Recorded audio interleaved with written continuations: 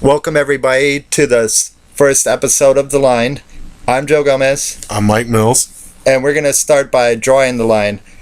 Mike, now the first thing we're going to be talking about here is the conference finals, and we're going to start with the Heat versus the Pacers. Who you got here? I'm pretty sure you want to take the Heat, but I'm going to go ahead and take the Heat on this one. They got the best players. They've been there. They've done that. The Pacers suck right now. I mean, they've just been playing like crap. Well, I would accept that argument if it started about a month and a half ago because the Pacers were falling apart. But the last few series, the Pacers have really picked it up. And Roy Hibbert apparently remembered how to play basketball again. So I think that's a positive development for the Pacers. Yeah, a 7-2 center, he should be getting at least 5 boards and 7 points a game. You're right. And that is a strong showing on Hibbert's behalf here in the playoffs. But I think the Heat with LeBron, they're just going to take it. They got the best player in the series. Best player in the series usually wins the game. Well, that is true. I think the Pacers do have a deeper team, and they are more physical with David West and Hibbert on the block and Scola and Bynum coming off the bench. They're going to be able to wear down Bosch, who is soft as Charmin, and Haslam, who's slow as a turtle. I mean, Haslam is slow. He's a veteran player. He really shouldn't be playing as many minutes as he is, but he gives you solid time out there. But they start LeBron at power forward a lot here in the playoffs. West is real good, but that's going to wear him down a lot. And unless Scola's got more in the tank than he's shown lately, that's going to hurt the Pacers having West being out of gas like that. Well, I could see that if they do have LeBron playing the power forward coming after West, it is a major mismatch. But also Hibbert would be helping on the defense with that. And can't discount at any point that Wade might fall apart. I mean, he's walking on some pretty creaky legs. He is injury prone, but they rested him throughout the season. I believe he sat more than 20 games this year, not even with injury, just to make sure that he was rested. If he's healthy enough for a series, and LeBron's on, they got Ray Allen coming off the bench giving them 3-point help. They're a team that's been through it, they've done it, and they've succeeded before, so I've got to put my money on them. Well, I really hope that's not the case because I'm getting a little bit tired of seeing the Heat, but I'm going to be pulling for the Pacers for this one. How many games do you see the Heat winning in? I'm no disrespect to the Pacers. They do have a good team. It's just not quite ready for the championship, I don't think. I got the Heat pulling it out in 6. I think they're going to win 1 on the road in Indianapolis and be able to close it out a game early.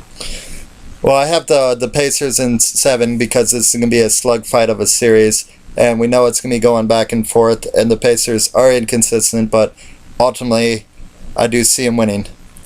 It's a bold prediction. I mean, the whole season's been leading up to this point. It felt like even October 30th when the season started that people were already talking about the Heat versus the Pacers in the conference finals. So it'll be nice to see all that talk, all these months of talk, finally come to a fruition, and we get to see who walks away the winner.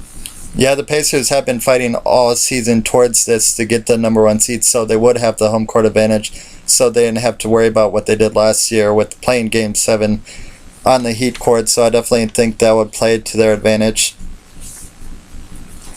And in the other series, Joe, we have the Thunder meeting the Spurs, another 1-2 matchup. In this one, I particularly am going with the Thunder. What are your thoughts on it? Well, I love the Spurs. Past the Pistons, they have been my second favorite team. They have the 3 Hall of Famers, 3 of my favorite all-time players in Duncan, Ginobili, and Parker. So I'm definitely going Spurs all the way. I actually had them winning the title throughout my blog post, so I'm going to be sticking with that. No going back. No going back now. I get what you're saying. You got to be a man of your word. I mean, the Spurs have been there probably about 14 times. The legs are got to show it at some point. I'm going to go out on a limb and say it's this year. Durant's playing tough for that title. He wants the title. If he gets the title, the rift between him and Westbrook gets dumbed down. People won't talk about it as much because they'll have their ring. I think they're both really wanting the ring. Whether or not they're working together for it or they're individually, I couldn't tell you that, but it doesn't seem to matter right now at this moment. Well, I think Durant will definitely get his. He's still pretty young into his career. But I think Duncan's playing for his last title. As many times as people have said this before, I legitimately think that Duncan will retire if the Spurs win the title this time. And Ginobili and Popovich probably would too. So with that as motivation, they're going to give it their all and try to go really hard at the Thunder. And I just don't think the Thunder will be able to overcome. Well, that's a good point. They are coaching for their maybe possibly last title, playing for their last title. But Brooks in Oklahoma City is coaching for his job. Whether he wins the conference or not, I don't think he'll have a job if they don't at least put up a fight for the ring in the next round also. If he doesn't get past this round, there won't be a job there for him next year. That's an extra motivation for him, and if any of the players like it, it's extra motivation for them. You saw how the Warriors played up when they thought Jackson was going to be out. It didn't help him quite as much, but they did play better, they seemed like, for their coach. It's interesting that you bring up Brooks because, in my estimation, he barely coaches at all. It seems like the Thunder don't even run any plays, that their whole thing is let Westbrook take down the ball, and he's either going to shoot it or he's going to try to find Durant. I mean, the Spurs, on the other hand, have probably the greatest coach on the game, and you never know what they're going to do. Sometimes they may attack the inside, may kick it back to the outside. I mean, that's just a huge advantage to me. You're right. The Spurs do have a lot of options. They know how to move the ball around. But really, if you're the coach of the Thunder, are you going to tell somebody besides Westbrook or Durant to shoot it? Who else are you bringing to the line? Who else are you putting the ball in the hand of? You got the two best players at their positions, respectively, arguably in the NBA. You got to let them do what they do. Perkins isn't leading this league in center scoring. Never has a chance to. Probably would never do it. You got to give it to those two guys. Hey, well, they do have a few bench guys there, okay, but they're very unproven with Reggie Jackson and Lamb, and now they have Steven Adams, who's kind of come out of nowhere, who's their new tough guy, which I think they're really going to need because they just find out Ibaka is going to be gone. So how are the Thunder going to cope with Ibaka being out against the Spurs' big front court? Well, that's the thing. Durant doesn't play a lot in the post, but as far as a stretch four, there probably wouldn't be too many better in the league. So if they have some wiggle room to play with there, they still have Perkins, they still have Collison. As you said, Adams, he's a very athletic young guy. I think he's pretty underrated too. He provides a lot of oomph on the defensive end, a lot of energy off the bench. So I think you hit the nail on the head there. He will be a key cog for him in this series. But as far as scoring go, it's going to fall down on Westbrook and Durant. They'll get a little help from Reggie Jackson as he upped his game throughout the regular season when they played the Spurs. I don't know why the Spurs had problems with him. Maybe he's just a matchup nightmare for Parker. I don't know. But he did seem to step it up in the regular season against the Spurs in particular. I think the Spurs have definitely watched the tape of Jackson since then, since they were so unexpected. And I think they'll definitely be prepared for that. Going back to Adams, I just had an interesting thought. What do you think the chances are that Adams starts a fight with Tiago Splitter? And if this happens, who do you think would win in this fight? That's a good question. After seeing Tiago completely disappear, go witness protection program on us in the finals last year, I would have to take Adams in the fight. Now, as far as basketball skill, though, he does have more on-court action. He's a much better, more polished offensive player than Adams. On the defensive end, it's about a push. Adams will give you more energy, but they both play similar styles defenses. They're going to get you about the same output there. But I would give a slight edge to Splitter, but not in the series. I'm going to still, Splitter doesn't have Durant and Westbrook going on his side with him. Well, I hear you. Well, closing out then, you think the Thunder will win? How many games do you think the Thunder will do it in? This series I think will go 7, definitely. I think the Thunder pull it out, and I wouldn't be surprised if there wasn't 2 or 3 overtime games in this series either. Well, yeah, this is one of the series where I definitely think there will be multiple overtime games, but I do think the Spurs, with Ibaka being out and being on this epic quest, with Durant being on his own epic quest too, will take this in 6. And that brings us to next, some more basketball conversation. And we have, actually, out of nowhere it seems, well, not out of nowhere because they've been courting him, but Steve Kerr decided to sign with the Warriors over the Knicks, who everybody thought he would sign with forever. What do you think about that? That's an interesting choice. I personally thought he was going to end up in New York with his mentor, Phil Jackson, because he'd basically be a secure job where he knew he wasn't going to get fired unless he already knew about it weeks in advance. And he'd have a lot of help from a very experienced coach in Phil Jackson. The Warriors paying him that much, though, that's very interesting. For a first-time coach, no experience coaching whatsoever. I mean, he's been in the front office for Phoenix, which he didn't do a horrible job there.